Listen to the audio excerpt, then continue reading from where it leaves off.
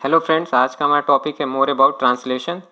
Basically इसमें 3 topic cover करते हैं हम: array reference, case statement and procedure call. Okay, last lecture में हमने एरे रेफरेंस और केस स्टेटमेंट दोनों के लिए हमने 3 एड्रेस कोड लिखा था।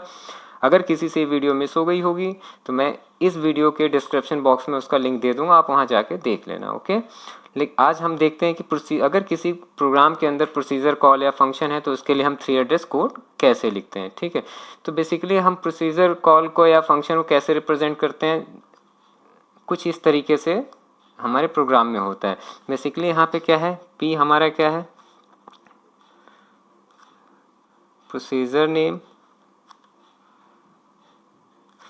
और A1, A2, A3, AN हमारा क्या है, पैरामीटर्स। ओके, तो बेसिकली 3 एड्रेस कोड के अंदर जो पैरामीटर्स होते हैं उस वेरिएबल को हम कैसे डिफाइन करते हैं। जैसे ये A1 दिया हुआ है, दिस इज A1 पैरामीटर, एक वेरिएबल पास किया है A1, तो इसको हम 3 एड्रेस कोड में कैसे लिखेंगे, परम A1, परम A2, परम A3, so on. Okay, where n is the number of parameter. n क्या हमारा नंबर ऑफ पैरामीटर्स के कितने पैरामीटर्स उस प्रोसीजर के अंदर हमने पास किया है। ठीक है, तो इस तरीके से हम पैरामीटर को डिफाइन करते हैं। ठीक है, अब प्रोसीजर को कॉल कैसे करते हैं। प्रोसीजर को कॉल करने के लिए हम जो सिंटेक्स यूज़ करते हैं इस तरीके से, call procedure name P. Okay, procedure name के बाद हम कॉमा देके हम उस प्रोसीजर के अंदर कितने पैरामीटर को हमने पास किया है। यहाँ पे कितने पैरामीटर हैं, n, n is the number of parameter, तो कॉल p n। ओके, तो ये इसका सिंटेक्स है।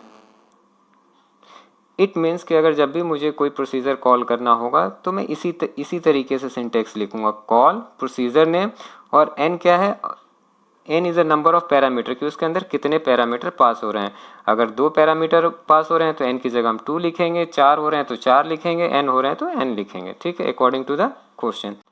तो ओके, चलते हम एक एग्जांपल लेते हैं और देखते हैं कि प्रोसीजर कॉल या फंक्शन के लिए हम कैसे 3 एड्रेस कोड लिखते हैं। ठीक है, तो हमारे पास एक एग्जाम्पल है वर्ड में, और यहाँ 2 वेरिएबल हमने डिक्लेयर किया हुआ है। यहाँ पे कोई लाइन्स होंगी, प्रिंटफ हो सकता है, स्कैनफ हो सकता है, उसको हमने अभी स्केप कर रखा है। ठीक है, और यहाँ पे एक फंक्शन डिफाइन है स्वैपिंग के लिए। ठीक है, तो बेसिकली ये क्या कर रहा है, x की वैल्यू y में, y की वैल्यू x में स्वैप कर रहा है। तो ये स्वैप फंक्शन का जो बॉडी है वो हमने यहाँ पे डिक्लेयर किया हुआ है। ओके, तो आइए चलते हैं, देखते हैं कैसे लाइन ऑफ कोड लिखेंगे हम। पहले नंबरिंग कर लेते हैं कुछ, 1 2 3 4 5 6 7। ओके, तो पहले लाइन में क्या लिखा, वॉइड मेन, यानी एक फंक्शन डिफाइन है। तो यानी फंक्शन डिफाइन है तो कंपाइलर फंक्शन को कॉल करेगा। तो फंक्शन को कॉल कैसे करते हैं, हमने पहले बताया था, call p comma n। p क्या है, प्रोसीजर नेम, n क्या है, पासिंग आर्गुमेंट। ठीक है, तो यहाँ पे फंक्शन का नाम क्या है, मेन, तो हम लिखेंगे कॉल मेन, और मेन के अंदर कोई भी पैरामीटर पास नहीं है तो हम यहाँ पे कॉमा लगा के कोई वैल्यू नहीं लिखेंगे। अगर यहाँ पे पैरामीटर पास होता तो जितने ही पैरामीटर पास होते तो हम कॉमा लगा के उतना पैरामीटर, 2 पास होता तो 2 लिखता, 3 होते तो 3 लिखता। फिलहाल यहाँ कोई पैरामीटर नहीं है तो हम यहाँ पे कुछ भी नहीं लिखेंगे। ठीक है, नेक्स्ट इंट एक्स वाई, ये डिक्लेरेशन पार्ट है तो इसको हम लेफ्ट कर देंगे। Okay, due to declaration. Okay, नीचे आते हैं तो यहाँ पे क्या है, फिर एक फंक्शन डिफाइन है। कौन सा फंक्शन डिफाइन है, स्वैप फंक्शन, और उसके अंदर कितने वेरिएबल हैं, 2 वेरिएबल। तो ठीक है, तो उसके अंदर 2 वेरिएबल कह सकते हैं, 2 पैरामीटर इसके अंदर पास हैं। तो पहले पैरामीटर को हम डिफाइन करते हैं।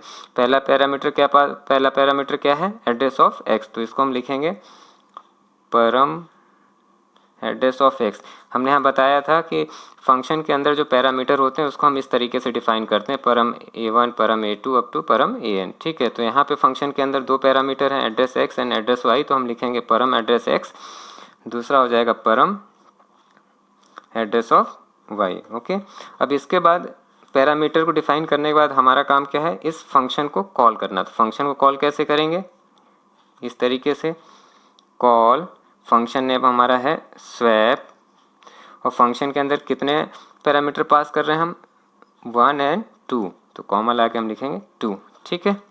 अब हम फंक्शन के बॉडी में देखते हैं, फंक्शन कॉल हो गया तो फंक्शन के बॉडी में देखते हैं क्या हो रहा है। ओके, तो ये हमारा अगेन हमारा क्या है, लेफ्ट हो जाएगा ड्यू टू डिक्लेरेशन। ओके, इस लाइन से हम लाइन ऑफ कोड लिखेंगे, उसको हम एज इट इज़ ही लिखेंगे। आई में वैल्यू क्या आ जा रहा है,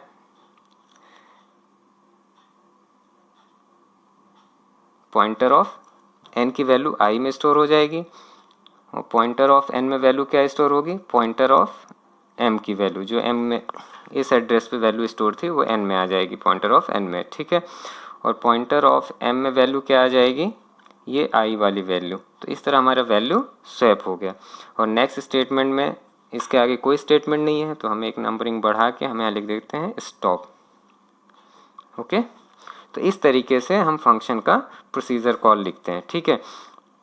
मेन क्या है, यहाँ पे एक फंक्शन था ये वाला मेन फंक्शन, ठीक है, तो हमने लिखा कॉल मेन, कोई आर्गुमेंट पास नहीं था तो हमने कुछ नहीं लिखा। दूसरा फंक्शन हमारा यहाँ पे था तो हमने लिखा कॉल स्वैप, और 2 पैरामीटर पास थे इसलिए हमने यहाँ 2 लिखा। ओके, और इस स्वैप फंक्शन को कॉल करने के पहले हम इसके अंदर जो पैरामीटर दिए थे उसको डिफाइन कर दिए, param address of X and param address of Y. Okay, hope so आपको क्लियर हो गया होगा। अगर आपको ये वीडियो अच्छी लगी होगी तो सब्सक्राइब, शेयर और लाइक ज़रूर कर दीजिएगा। Thank you.